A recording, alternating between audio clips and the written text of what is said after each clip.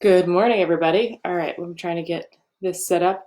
All right, we are now live on Facebook and Instagram. Okay, it's working. I'm getting better at this a little bit every day. So, welcome to Friday morning.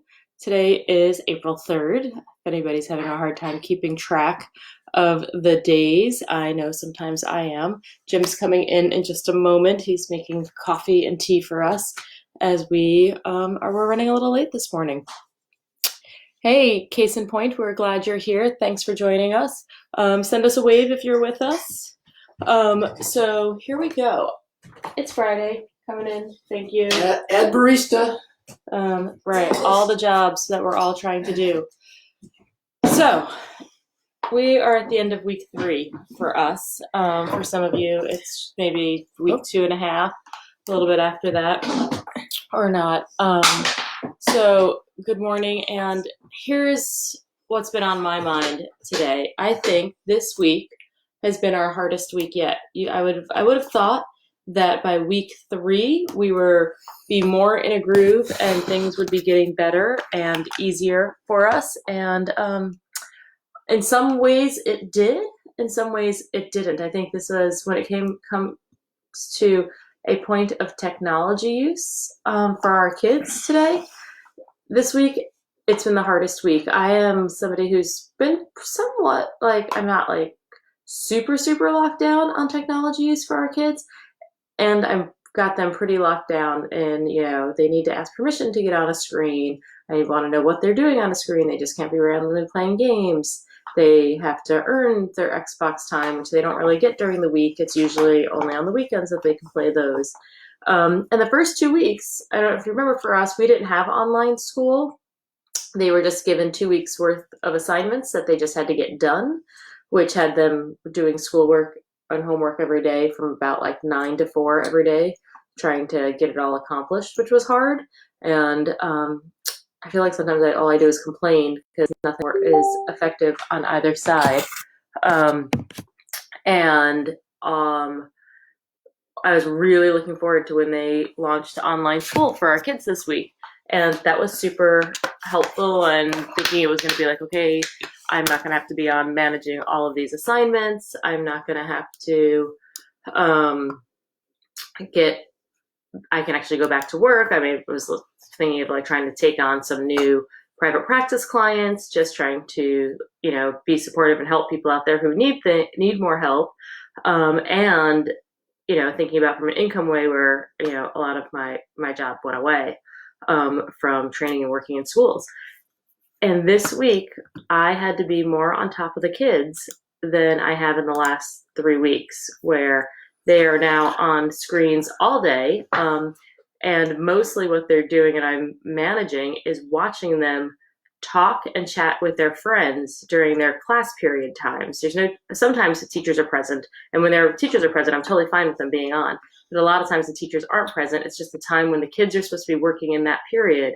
And now the way Microsoft Teams works, which I'm sure most of the platforms work this way, is that the kids have online chat and then they can video each other. So I'm constantly listening hey, who are you talking to? Oh, my friends. Is there a teacher there? No, we're just supposed to be in math and we don't know what we're supposed to do, or we're supposed to be doing our math work, but nobody's doing their math work. They're just chit-chatting.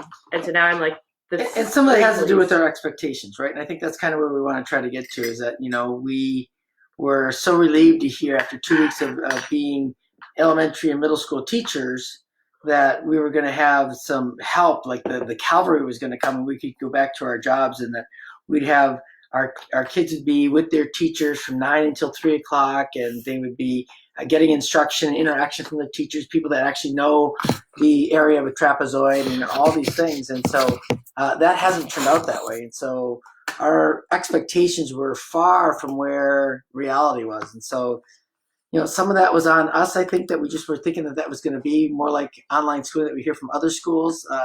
Some of that is that, we wish our school had more interactive online teaching. We just think that people can do that. Why isn't our school doing it, right? So I think that's been hard. Right. And I think, and we have what we have, which is a blessing and a privilege. It's just, all this comes back down to our reality and our expectations of what is, and trying to get back to the at least some semblance of normalcy, which I think that's what big place of what I've had to practice this week, letting go of. There is no more normalcy. Yeah, correct. I was just going to say. Right. There is no, like, I would have to radically accept, like, one of the skills we've been talking about, that there is no more normalcy, and this is the new norm. And how do we adapt in the face of it changing? So I thought the first 2 weeks were really hard and difficult, and this was going to be better. And in reality, from a screen time perspective and my ability to regulate my emotions around that, no teacher interaction was better than all of that. Except I will say the positive side is the kids have reconnected with their friends, and that's been really helpful for them. And they've reconnected with some other teachers, right? Yeah. So I think the issue is that we kind of set ourselves up for having, we want to get back to normalcy because it was something that we knew, right? Something that we're familiar with, something that's scheduled. And so that would help us feel a little bit more like we're being effective, right? Mm-hmm. And efficient. And it's just not there. Like you said, the new normal is different, right? And so when we want to return to the old, we may get there. The old normal's there. It's just probably not going to be there till July for us or August. Right. I don't know. I mean, with the camps and stuff too for kids and what people are doing on their for their times for June and May. I mean, those things are still really all up in the air. And so how do we help you try to figure out how do we reset expectations? And so that's going to be kind of a hard thing. And so trying to get back to normal is going to be just, it's a woulda, coulda, shoulda, right? It's going to be just fueling our frustration and how painful sometimes this is for our kids and for us, right? And so we got to stop doing that. One of the things I was teaching yesterday in the skill was, it's painful. We can't get rid of this pain, right? What we don't need to do is add fuel to it, though. We don't need to put emotional gasoline on this fire. That's difficult. And so we have to do some radical acceptance, which simply means accepting the reality for what it is. And here in Seattle, we just got our school stay extended. Our stay-at-home orders. Stay-at-home orders extended for another week. And so now we're into the first week of May before we even go back. May 4th. And I have been saying to Liz, and she's right there on the same page with me, is that I don't think we're going back to school. I just don't. I don't think for a month's worth of schooling to open up the school and get everything going again, for us, at least in Washington, I don't see that happening. And we're kind of preparing the kids for that as well, right? And so that we can start to lower trying to get back to normalcy that quickly again. So if it happens, great, we're surprised. If it doesn't, we're prepared. And I think that's where we're trying to go. And, some of you are not in Seattle that are watching. And so we'd also love to hear, leave us a note, leave us a message on what's it like for you and, your new normal, right? And how have you been managing, how are you managing the whole school piece or childcare if you have little ones? And how is that shifting or impacting you from week to week? Now we're at the end of week 3. Let's talk about that too. So there's 2 things that I've been thinking about in regards of specific skills that I've been using and I have to keep using and reminding myself. And one of them is this skill that we call pros and cons. I got it. Can you draw the boxes for me? I actually brought our whiteboard in because I want you to think about how this skill is helpful for you. And this is really everybody's heard of, what are the pros and cons of doing this decision versus that decision? What are the advantages and disadvantages? And this is very similar, except we're going to add from DBT and DBT Steps A, one extra step into it, is that when we're trying to make a decision on whether we do something or not, especially if it's something where we have high emotion about it, we think of it as, what are the pros and cons of doing the behavior or making the decision? And what are the pros and cons of not making the decision? You got to go. Yep. Emotional urge up here, right? Just doing it or not doing it, I would just put up there. Okay. And this is one of the skills that I think just in general for decision making helps. It's how we've kind of taught our kids about making decisions and how we do things. And I think it's what I do with a lot of clients also, especially for big emotion behaviors that we're trying to do. And so to give you an example, this week I've had to really think what are the pros and cons of going out or not going out, leaving the house or not, going to the grocery store, or going for a run do you want that outside. Going up? What are the pros and cons of going out and not going out? And I've actually had multiple conversations with people, including like my mom and family members about this. And maybe you're having to do that with your parents as well, like making sure they're staying home and not interacting and that they have what they need. And so like I had a conversation with my mom this week about, going out for a drive or not going out for a drive. And her initial response was like, well, we don't see anybody. We just had to get out of the house and we wanted to go for a drive. And one of the things I had to highlight for her, like, well, what happens if you get into a car accident? Right. And so pros and cons of going out versus not going out. So pros, go ahead. The pros of going out, right? They get some space, fresh air, out of their house, and they get to kind of drive around and feel like they're doing an activity.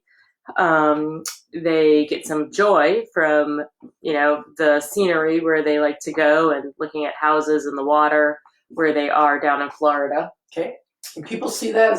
Can you give us a thumbs up or balloons? You can't see the green. Can't see the green? Yeah, I'd stick with the black. All right.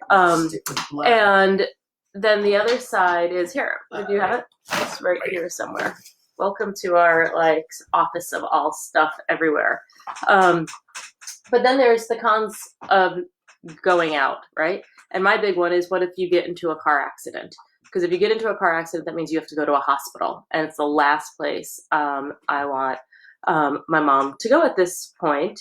And then even more so, if you have to go to the hospital, only one of you can go. Between my mom and her partner, Alan. So only one of them can actually go, and they can't be together, and they'd be alone. And so, part of me is like pushing it on my mom, like, hey, by the way, if you get into a car accident and you get sick or you have to go to the hospital, you're there by yourself, because nobody can come visit you. And she was like, oh, I didn't think of that. And I've had that conversation with multiple people this week. Like, do you need to go out? Do you need to go for that drive? Do you need to go to the grocery store? Do you need to run that errand? And how do you minimize that and maybe do that at different times? And sometimes I think, like, am I overreacting here or am I underreacting? And that's been another part of what I've been experiencing this week. So the pros of going, that goes down there. The cons of going are car accident. Oh, sorry. You had it right before. But then you got to look at the other side. What are the pros and cons of not going? Right. Not going. Cons of not going. No, honey. The pros of not going, go there. Okay. Right? This is why it gets a little confusing here. But I want you to kind of think through this, right? So the pros of not going is that you can stay safe. You are home. You're not putting yourself at risk. But then there's also the cons of not going, right? And the cons of not going are you're staying home, you're bored, you're not getting physical movement. They're really mostly, my mom's just sitting there watching TV. And I think for our house, what that looks like is the kids are going a little stir crazy. They need physical activity. They want to move around. Last week we drove up a little bit north and went to like a beach that was kind of not a private beach, but the access to it, we were able to access through a friend's house to walk on this beach where there was nobody there.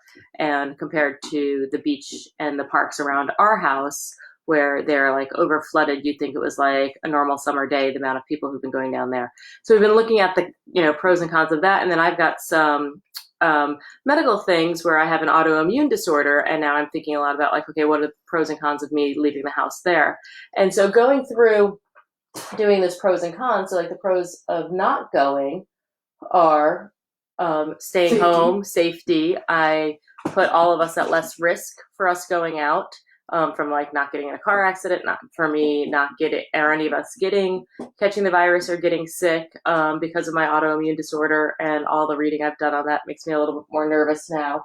But the cons of not doing it, not going out, are really that one, like I'm not getting physical activity. we're not having opportunities to try different things. And that's something we've always tried to do on the weekends. We are doing the same things over and over. Everybody is not getting that change in scenery. And so making these decisions really helps us to look at it. And then after I've gone through this, I can look at from wise mind, what's the answer? How do I make that decision when we really want to get out of the house? It will bring joy to people. Staying home kind of amps up that frustration and irritation with each other. And I know when I come back to, like we said earlier, we have to stop trying to get back to our normal, right? We can do some things, but getting back to the normal is not helping. And it's kind of keeping us from accepting the reality we're in. And then when I look at this, like my wise mind really says, we need to stay home. We need to stay home. We need to keep the kids at home. We need to find activities that we can do either right in our neighborhood where we're walking around or just at home. And how do we figure that out? We don't need to be on the road. We don't need to be driving places. I don't need to just take them for a drive just so they can have a change of scenery. Because in the long term, that's not effective. Short term, right? Pros and cons right now. In the moment, it's what I want. But effective, it's not the long term. Because if any of us get sick or hurt, that puts me way further away from my goals of keeping everybody out of the hospital and healthy. And that is kind of like our ultimate value and goal right now. So hopefully that makes sense. It does. So we usually have emotion urge and giving to the emotion urge and not giving to the urge in our boxes there. Mm-hmm. I think one of the things that we're trying to highlight there in the box there is that we want you to take time to actually use your executive function, that frontal lobe here, to figure out what's the risk of me doing something versus what's the benefit of me doing something, right? And so I think that's the 4 square pros and cons that we're trying to do.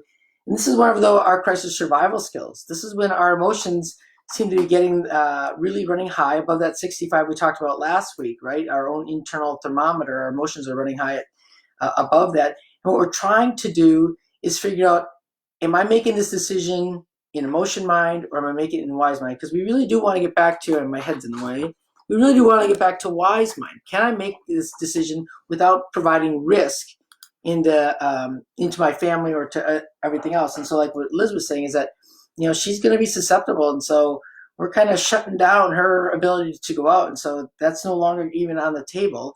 We think that's a wise-minded decision, And so I think sometimes though we do get caught up in all the media and the hype that's going on, and our emotions start to run higher and higher. Our anxiety goes higher and higher, and we have to just slow that down so that we can figure out what actually is true, what's not true, right? So we have a skill called check the facts, and then we want to come back to how do I make sure that I'm in wise mind, and having the ability to do a pros and cons for the things that we're doing, the 4 squares, not just the 2, helps us make more of a wise-minded decision, right? Yeah, totally. Okay. And if you think, you have an immunosuppressant disorder or autoimmune disorder, how come you haven't been thinking about this all along? I will say that part of that is I had some emotion mind that I didn't want to do all the full research to think about how my having lupus could be impacted by COVID-19 in that. And so, and I say that because I know I have an autoimmune disorder. It's a very mild one. For me, I stopped taking some of my immunosuppressant medications, over a month ago when this all kicked in, and then thought I also had this is, I think part of what I'm trying to say is the impact of media. And then when they came out, hydroxychloroquine, also known as Plaquenil, is the medication for treating COVID. I was like, oh, that's great. I've been taking that daily for 4 years, so I'm covered. And then started doing a little more research this week as I started reading more about the effects. And as we learn more about the effects and how COVID-19 is attacking the body, I now know that I'm at a significant more risk. And before that, I'm like the doer of the family. I'm the one who does the grocery shopping and gets the activities and everything we need. So for the first 2 weeks, I was the only one leaving the house with my gloves and my masks and my sunglasses doing all that because that's what I've always done. She was much more, what's the word I want? Controlling. Okay, controlling works for me, right? I'm controlling. So, and I wasn't going to take all those steps and controls, and I'm like, fine, you go ahead and do that. And I know where my strengths are. And I'm like, whoop, this is just not one that I'm going to argue about, yeah, you go ahead. I'll take care of the kids. And so, and in some ways, because we thought when we heard about this medication, like, oh, Liz is inoculated. She's already been taking this. We're good to go. The exact opposite is actually true, right? And so we're like, okay, wait a minute. Let's get our facts straight, right? And let's make more of a wise-minded decision. Which is where we've been coming into making pros and cons decisions about, do I leave the house anymore, and how does anybody leave the house? How are you running now with a face cover if you do go outside? Right. But part of this is like this new reality that is ever-changing information, right? It's just changing every single day, and we're getting more and more information. So we have to keep making decisions about that. And, I'll tell you, me giving up control on some of these things is harder. We got a Costco Instacart delivery the other day, and I almost thought I looked like a crazy person as I was outside with like a face mask and long sleeves and gloves, as I Clorox wiped everything and unpacked everything on our front porch before it even came in. And it's exactly what we need to be doing. Right. And it seems ridiculous, and it's normal. And that's back to this, I think, also this kind of perception of, are we overreacting and underreacting? And that constant question I have of asking myself every day. And so, and not judging myself as like an insane, paranoid, crazy person, I'm coming back to these pros and cons. What's the pros and cons of me doing this and cleaning things and making sure I'm safe and we're safe and disinfecting things versus not doing it? And that's just why I thought that's been helpful. So one of the things too that we've talked about together is that as things are getting worse, and we know that they're getting worse, and they are going to get worse for at least probably another 4 weeks, is that we're starting to get overwhelmed, our emotions, by doing all this reading, right? By seeing all the statistics and how worse it's actually going to be. And so I think that's amping us up. So I'm going to go erase the board. Let's walk through that please skills. Okay. And then we can hit just that little bit screen before we finish. Yeah. Yeah. So, and this is for how you can take care of yourself so you're not giving into that vulnerability of your emotions, because we both notice it. And so we've kind of like saying, okay, you get a half hour in the morning, a half hour in the evening to catch up, and that's it. Right. And thanks for your comments, guys. These are really helpful. I'm glad to know that this is a helpful example for some of you. And thanks, Tricia, for highlighting, right, accepting that the reality that we're not getting back to normal. I just want us to all keep thinking about that throughout the day, because I'm having to constantly have that wise mind thought in my head when I'm making decisions about what we're doing day to day. Like that wise mind, I just always ask, like, is this wise mind or is this motion mind? And Tara, thank you for validating me that you felt the same way wiping all of the groceries down. I might have to share what that picture of me looked like doing that, because it was kind of hilarious, especially because I was wearing my son's face cover. We call it a thingy, the neck thing, but it has like this scary scene on it. Yeah, we can see that. The please skills. All right, so let's talk about this before we finish, because I think these are such important skills about how to make sure we're, by taking care of our physical health, that we are reducing our vulnerability to more intense emotions, right? Because I know, like, and I'll just walk through this, and maybe you guys have this as well. Like the first one is like reducing physical illness. We have to take care. Oh, it's backwards. I don't know. Backwards? Oh, because you're writing in the screen. I don't know how to do that. If somebody can tell me. Write backwards? No, you can't. We'll just have to, I don't know. It's only backwards on Instagram. It's correct on Facebook. I don't know how to fix that, but I'll walk you guys through it so you can understand it. Just put the acronym down vertically, and we'll walk you through it. And we'll walk through it. So P stands for physical illness. Take care of your physical self, right? If you're sick, take care of yourself. This is actually a kind of being isolated, a great time that when you're home, you're not going out and doing all your work and your activities. So if you're sick, take care of that. Make sure you're getting your rest, especially if you actually have the virus. Make sure you're taking care of yourself on all of that. Here's the L, which I think is so incredibly important, the one I've been struggling with this week, and this for all 5 of us. Limit your screen time, right? Do you ever notice for your kids, and this is for me too, but especially with my kids, when they have excessive amounts of screen time, their irritability goes way up. Especially when you try to get them off their screens, right? Exactly. And then even like afterwards, and there's just so much research out there that talks about how when we're playing video games or we're on screens, our brains are working overtime, especially with those high action video games that our kids play with a lot of movement and screen shots of everything that they're doing. The brain is overworking and it gets exhausted. So that when you get off, they're not able to regulate their emotions as effectively because their brains aren't fully working at full capacity. So limiting screen time is really important. And that's like the place that's really hard in this new reality where they're on screens now for school. And then they want to hang out with their talk to their friends afterwards, or we want to watch a family movie. That's all had this shift. Like we've had an iPad in our house for years, and I would say it mostly is uncharged and rarely ever gets used, Right. except if we're going on a plane. And now we have a keyboard attached to it, and it's like Grace's iPad, and she's on it all day, which like the amount of just emotional kind of disgust that brings up for me is so difficult. That's a judgment. So noticing that, right? No, the emotion it comes up. Right, like right. I don't like that. I have Right. judgments about screen time, and so we're really figuring out how do we limit screen time as to help regulate their emotions and our emotions. And I think that's a huge thing, especially with our kids. So let's go on to the yeah. Sophia's saying she's having the same problem, and their kids don't want to be regulated. Ashley, Yep. you're noticing that own irritability too, and our own obsession with the news Right. is happening. So we all have to start making wise mind decisions to take care of ourselves and start limiting our screen time. Doesn't mean no screen time, just limit it and recognize that it's having an impact on your irritability. So one of the things we've also done too is each one of our boys has a cell phone that has modest capabilities of getting internet. We put them in a bin, right? So on school days, it goes into a bin so that they don't have access to it unless they ask us for permission. Otherwise, it's just too accessible, right? Sure. And then we have to watch us because we're trying to monitor everything that's going on, and all of a sudden we're on our cell phones. We're like, hey, wait a minute, how come you get to be on your cell phone? Right. So, and that's fair, right? That's fair that they're asking that. Yeah, and we had to kind of find this balance because last week that worked really well, and they were like disconnected. And now this week we're still doing it, Right. but they're connected on Teams and they're chatting there. Right. So we're having to like now I have to I'm like this computer police, the screen police, to make sure they're doing their work, and we're getting a whole lot less done. Isn't there a song about Cheap Trick, the Screen Police? Maybe that's a Dream Police. Okay. Oh, I'm like I don't know, Right. it's Cheap Trick. Eating. So balanced eating. Make sure you and your family are getting balanced eating, not just snacking all day long or not eating as much. I notice when I'm home, I eat a whole lot less.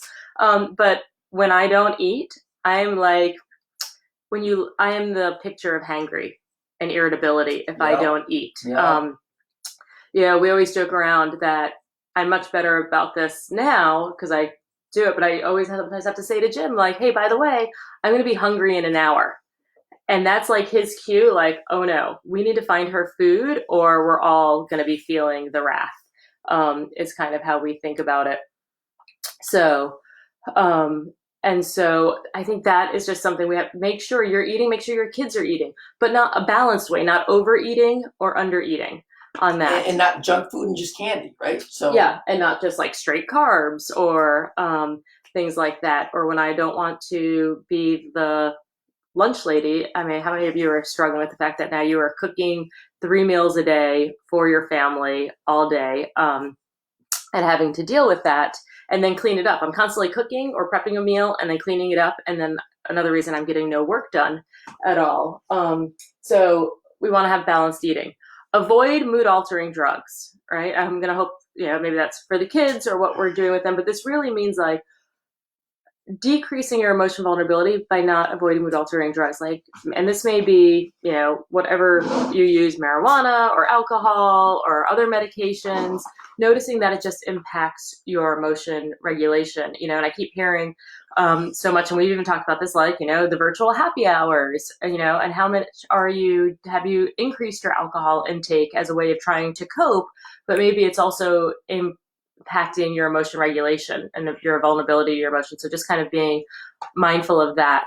Right, and we're not saying give up your glass of wine or give up your alcohol completely, right? What we don't want to do is make it your only coping mechanism, and then you start to increase the amount of use that you're doing, right? As that coping or as the relaxer. And so what we're trying to do is, can we find a balanced way to do that, right? And so we do know that we, as we increase our intake of mood altering drugs, we're not as effective as parents either, right? So we want to do that, and then that also has repercussions. I love these suggestions that some of you are doing. Like Mindy, you've got your kids making their own breakfast and lunch every day. Tara, you made a calendar of breakfast and lunch for the week, so her daughter knows what they're having and can't keep saying, I don't want that, I don't know what I want.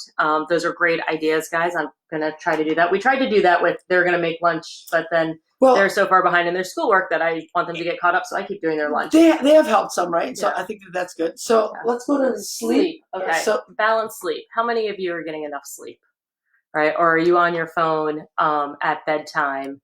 Or are you not sleeping enough or getting through all that? Making sure your kids are getting balanced sleep, and we are as well. Like our kids are staying up later than they ever do. Like normally they're in bed by 8:30, right. and now it's 9:30 or so every night, and then still trying to get them up at 8 o'clock in the morning so that they can start school. Right. And then for us also needing some balanced sleep and going back to that. Right. So we have started to say now that we have online schooling, which is partially online schooling, is that we're going to try to get back to where our routine was pretty steady that way, where we're trying to get our kids into bed or ready for bed like around that 8:30ish, and all lights are off by 9 o'clock.